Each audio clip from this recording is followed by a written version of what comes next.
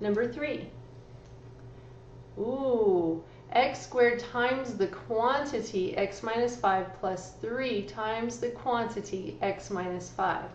This one's ever so slightly tricky because our greatest common factor is this whole quantity x minus 5. Do you see how it's the exact same thing on both? So I'm going to do it just the same way that I did on the others, where I'm going to factor that out. That's my greatest common factor, x minus 5. And this is so super handy when I get to factor by grouping, so I want to make sure you see how to do that. So I'm basically pulling this factor out to the front, x minus 5, that's my greatest common factor.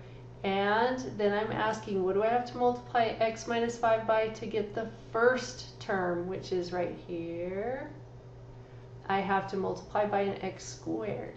And what do I have to multiply that x minus 5 by to get this second term here?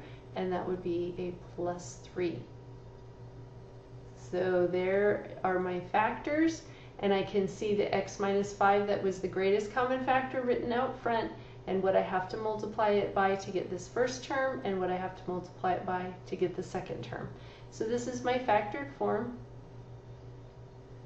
And this one's a little odd to check because normally we would use a different method for multiplying these out, but if we want it to come back to what we started with, we have to look at distributing this whole x minus 5 inside the parentheses.